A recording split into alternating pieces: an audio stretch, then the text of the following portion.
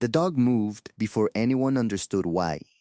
One moment Maverick was at Jackson Reed's left heel, where he always was, and the next he was between the stranger and the woman in the front pew with his body angled and his gray eyes fixed, and a low sound coming from somewhere in his chest that the congregation of First Baptist Church in Cedar Creek, Tennessee had never heard from a dog in their lives. Not a bark, not a growl exactly. The kind of sound that stops a room, not because it is loud, but because everyone in it understands, without being told, that it means something real. The stranger had walked through the door with a sympathy card and a navy suit and the expression of a man paying his respects. He had made it 4 steps into the nave before Maverick stopped him. The stranger went still. Maverick did not. And the 200 people who had come to say goodbye to Staff Sergeant Deke Harmon watched a dog hold a grown man in place at a funeral, and nobody in that church knew why.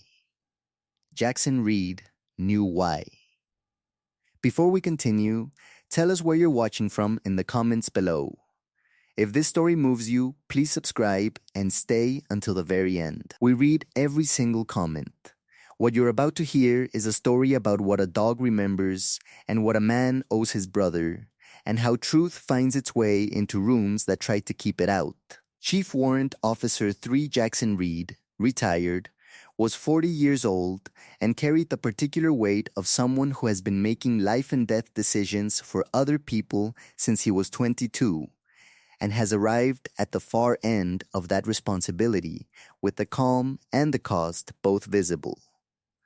If you knew where to look. He was 6 feet, 185 pounds, with dark hair that was silver at the temples, and a jaw that was set not in anger, but in the permanent posture of controlled attention.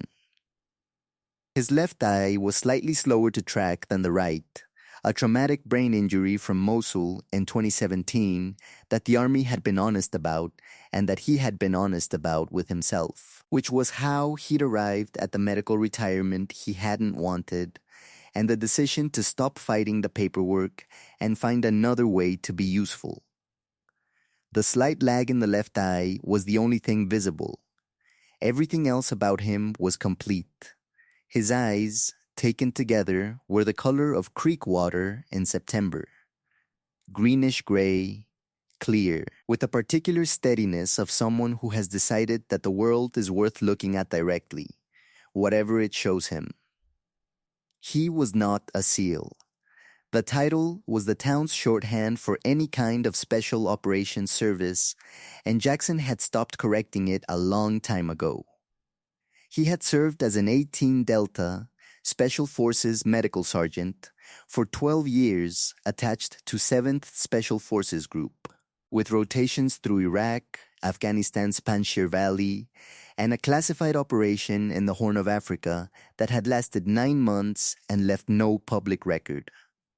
He had been medically retired in 2018 and had spent the years since doing what men do when the structure they built their identity inside is no longer available, looking for the shape of something that could hold what he had become. He was still looking. He had Maverick, and he had the thing he was trying to finish for Deke, and those 2 things were enough to get him out of bed most mornings. Maverick was 9 years old and 83 pounds, with a coat that ran from smoke gray along his spine and shoulders to a deep black at his ears and muzzle, and a scar along his left jaw where a fragmentation round had clipped him in Fallujah in 2016, the same operation where Staff Sergeant Deke Harmon had carried him back to the vehicle when the blast stunned him and the handler couldn't move. That was the story Deke had told the way soldiers tell stories about things that cost them something. Quickly. With the part that mattered compressed into the fewest words possible, he went down, I got him, that's it.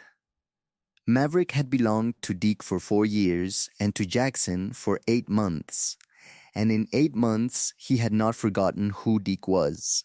He still went to the passenger side door of Jackson's truck some mornings and waited, briefly, before adjusting his expectation. He moved with the earned stillness of a dog who had learned in the hardest environments that patience and attention were not the same thing, and that the difference between them was sometimes a life. He reacted to nothing that did not deserve reaction. In 8 months, the only time he had shown what he'd shown in that church was the morning he had first laid eyes on Derek Voss. Cedar Creek, Tennessee, sat in a valley between two ridges of the Cumberland Plateau, a town of 3,800 people where the Harmon family had lived for 4 generations and where everybody who was anybody had come to pay their respects on a Tuesday morning in October. The church smelled of old wood and cut flowers and the particular warm closeness of a building holding more people than it was designed for. The light came through the stained glass in panels of amber and blue that fell across the pews in patterns that had been falling the same way for 80 years. The sound was the sound of people trying to be quiet enough for grief, the rustle of programs, the careful stillness of children who had been told to sit still, the occasional muted exhale of someone letting go of something they'd been holding. Clara Harmon sat in the front pew with her children on either side of her, a boy of 9 and a girl of 6. And she had the composure of a woman who has been performing composure for 8 months and is very good at it, and who knows that the performance is the only thing holding certain things in place. She was 36 years old, with dark hair and the kind of face that grief makes specific, every line deliberate, every expression exact, nothing wasted. She had been told that her husband's death was the result of a training equipment malfunction for which no individual was at fault. She had been given a report. She had read it 3 times. She had believed it the way you believe something when you have no power to disbelieve it, which is a different thing from believing it. Derek Voss was 44 years old and ran a defense contracting firm called Precision Tactical Systems LLC, which supplied training equipment to Special Forces units at 6 installations across the Southeast. His company had supplied the rigging equipment that failed during the low-altitude static line training exercise at Fort Bragg 8 months ago. The failure had been attributed, in the official report, to user error during equipment inspection. The report had been completed by an Army inspector who received certification data from Precision Tactical Systems, which data had been generated by Precision Tactical Systems, which had an interest in the certification outcome that the report's authors had not independently verified. Voss had held a DoD contractor license for 11 years. His company had renewed 3 times without incident. He employed 40 people and had a congressional liaison relationship through a subcontractor lobbying group that gave him access to defense appropriations staff he was not supposed to have access to, but did. There had been 2 prior complaints about Precision Tactical Systems certification practices filed with the Army Contracting Command, once in 2019 and once in 2022. Both had been forwarded to the contractor's compliance office for response. Both responses had been accepted without independent verification. The person who filed the second complaint had been a civilian contractor himself. He had lost his position at the installation 8 weeks later, which the official record characterized as an unrelated personnel decision. Voss had a company attorney, a DoD contractor liaison relationship that spanned 11 years, and the kind of professional confidence that comes from operating in a regulatory environment where the people doing the oversight are often the same people doing the business. He had attended the memorial because his liability attorney had told him that appearing to grieve was better than appearing not to, and because he had calculated, correctly in most circumstances, that a widow in a small Tennessee town did not have the resources to pursue what the official report had already closed. He had not factored in the dog. Jackson had been in the back pew when Voss walked through the doors. He had not told Maverick anything. He had not needed to. Maverick had been at his heels since they arrived, oriented to the room, calm and present, And then Voss had stepped through the door, and Maverick had found him across the full length of the nave in less than 2 seconds. The dog's body changed, not dramatically. The hackles rose slightly along his spine. His weight shifted forward.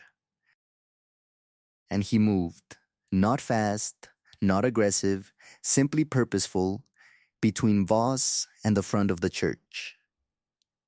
Voss stopped walking. Maverick sat down in the aisle between the stranger and Clara Harmon's pew, and he looked at Derek Voss with the complete and steady attention of an animal that has identified a specific thing and is waiting for the people in the room to catch up. The congregation felt it before they understood it. A ripple of attention moved through the pews from front to back, the specific disturbance of a crowd that has noticed something it cannot yet name. The woman in the third row, with her hand on her daughter's shoulder, looked up. The man who'd been maintaining careful stillness in the second pew turned his head. 3 children who had been told to sit still sat stiller, which was the most honest response in the room. What they saw was a 9-year-old German shepherd sitting in the center aisle of their church, facing the entrance unmoving, with his full attention committed to a man none of them recognized. What they understood, in the part of them that understood things before the words arrived, was that the dog knew something. Not the way a skittish dog knows it doesn't like loud noises. The way a trained dog knows, which is different, which carries weight, which is the knowledge of an animal that has been given the responsibility of assessment and has never made a mistake about it. Maverick had been at the Fort Bragg training site the day the equipment failed. He had been in the vehicle when Deke didn't come back. He had sat with Deke's body for 40 minutes before the medical team arrived, in the way that dogs sit with things they are not willing to leave, and his nose had recorded everything in that field. The equipment, the people, the specific chemical signature of a man who had been there before the exercise and had left before it concluded. That signature was now standing in the aisle of First Baptist Church in Cedar Creek, Tennessee. Jackson walked from the back pew to the aisle. He moved quietly. He stopped beside Maverick and looked at Voss. Voss looked at the dog, then at Jackson. "Whose dog is this?" Voss said. "Mine," Jackson said. He was Deke Harmon's first. Something moved behind Voss's eyes, the particular movement of a person recognizing a situation they had not prepared for. He didn't know yet what Jackson had spent 8 months building. Nobody in the church understood what they were watching. Not exactly. They saw a dog that wouldn't move, and a man they recognized, and a stranger in a navy suit who had gone pale in the amber light of the stained glass. They saw Jackson Reed, the man they called the Special Operations veteran, the quiet one who had come back for Deke's memorial, standing with his hands loose at his sides, and his face carrying the particular expression of a man who is in no hurry and has nowhere else to be. Pastor Williams, who had served this congregation for 23 years and had seen most things, said gently, "Perhaps we should find a moment outside, friends." Jackson nodded. He said one word to Maverick, not a command, an acknowledgement.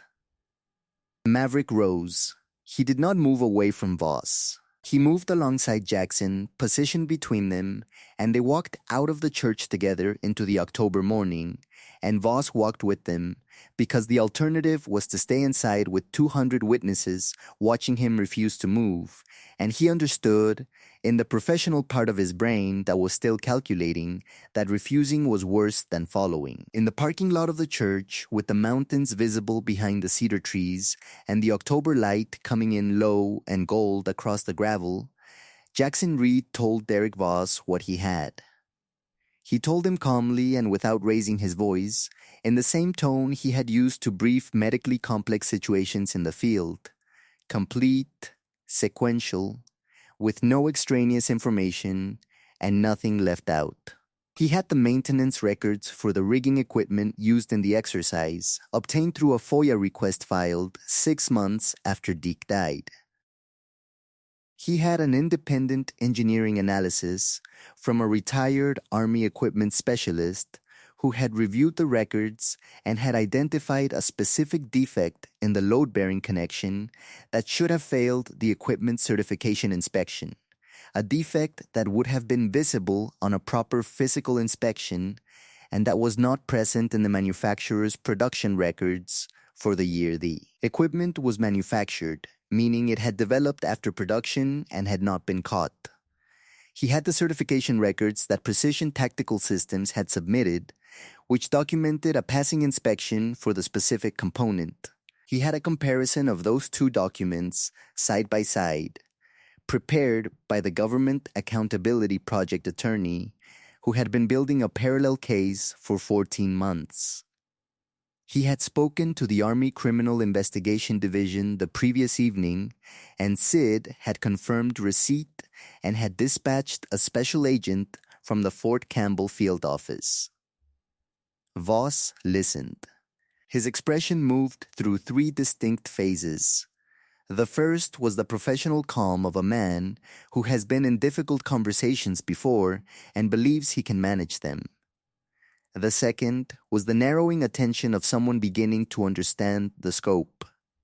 The third was something quieter and did not have a good name. "I'm not asking you to admit anything," Jackson said. "I'm telling you that Sid is going to contact you within 48 hours, and the conversation you have with me now before they do is the only one that you'll be able to say you came to voluntarily." Beside Jackson, Maverick had not moved. He sat at heel, watching Voss with the complete patience of an animal that has already decided how this ends and is content to wait. Around them, at a distance that was respectful but present, a group of 12 or 15 people from the congregation had followed them outside, not intrusively, not aggressively, simply there. Deke Harmon's father, a man in his 70s with the particular stillness of someone who has been waiting a long time for a room to change. The local sheriff, hat in his hands. 3 men who had gone to school with Deke, who were not entirely sure what they were watching but who were not leaving. Voss looked at the dog, then at Jackson, then at the sheriff, then at the people behind the sheriff. "You don't know what you're dealing with," Voss said. "I know exactly what I'm dealing with," Jackson said. So does he. Nobody in the parking lot spoke for a long moment. Deke Harmon's father looked at Maverick for several seconds, then looked at Jackson, and nodded once, the specific nod of a man who has been given something he had stopped believing would arrive. 3 vehicles arrived in the parking lot within the following 50 minutes. The first was a Sid special agent from the Fort Campbell field office who had driven through the night after Jackson's call. The second was an attorney from the Government Accountability Project who had been building a parallel case on contractor equipment fraud for 14 months and who had been waiting, in the way that attorneys wait, for the documentation to become complete. The third was the local sheriff, who had no involvement in the case itself, but who had been a friend of Deke Harmon's father and who stood at the edge of the parking lot with his hat in his hands and did not say anything. Inside the church, the memorial service continued without the stranger in the navy suit. Clara Harmon read a letter that her husband had written her before his last deployment, and the congregation of First Baptist of Cedar Creek listened to a woman tell them who her husband had been, and the morning light moved through the amber and blue glass and fell across the pews in the same patterns it had been falling for 80 years. Derek Voss was charged by the Army Criminal Investigation Division with procurement fraud and making false statements to a federal agency in January of the following year. The Government Accountability Project's parallel case produced additional documentation that led to a second indictment, This one under the False Claims Act, for submitting fraudulent certification records in exchange for federal contract payments totaling $2.8 million over 6 years. His DoD contractor license was suspended in February and revoked permanently in April. The company dissolved in May. Voss pleaded guilty on 3 counts and was sentenced to 4 years and 11 months.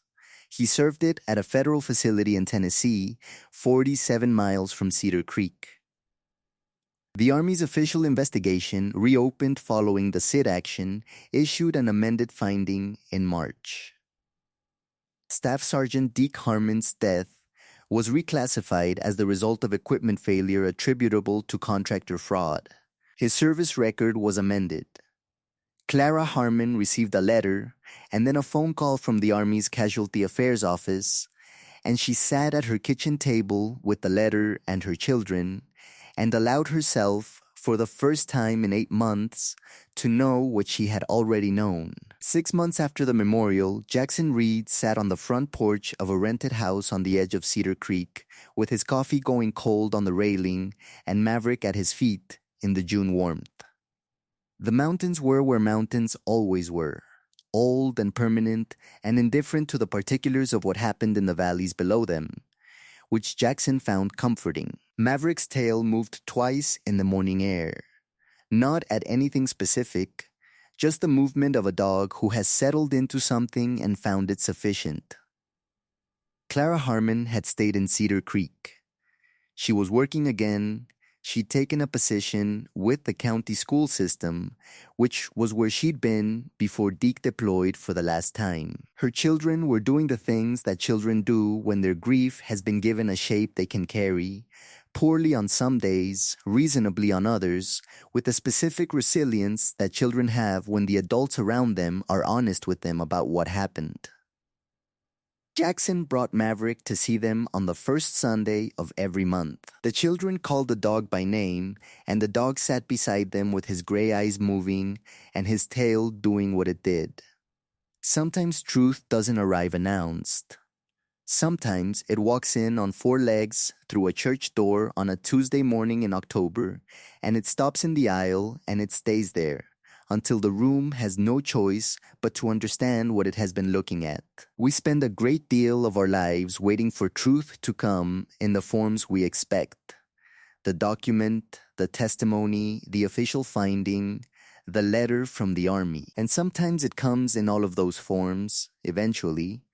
But sometimes it comes first as a dog who refuses to move, who carries 8 months of grief and 4 years of partnership, and the specific chemical memory of a morning when something went wrong that should not have gone wrong. Dogs do not lie. They do not perform. They do not calculate. They simply know, and when they know, they hold still until the people around them catch up. God gives us, sometimes, creatures whose loyalty runs straight through every complexity we have built around the truth. The dog at Deke Harmon's memorial did not know the law. He did not know the documentation, the indictments, the False Claims Act, the reclassification, the amended record. He knew one thing. The man who had walked through that door did not belong inside it. And he was right. And he held his ground. If this story touched you, if it reminded you that those who serve deserve the full truth of what happened to them, share it with someone who needs to hear it today. Leave a comment and tell us where you're watching from. Have you ever seen a wrong that took too long to be righted? We'd like to hear that. And if you believe that loyalty, truth, and the ones who carry them deserve to be remembered, please subscribe to the channel. May God bless you, protect your family, and keep you faithful to the truth even when it costs you something to find it.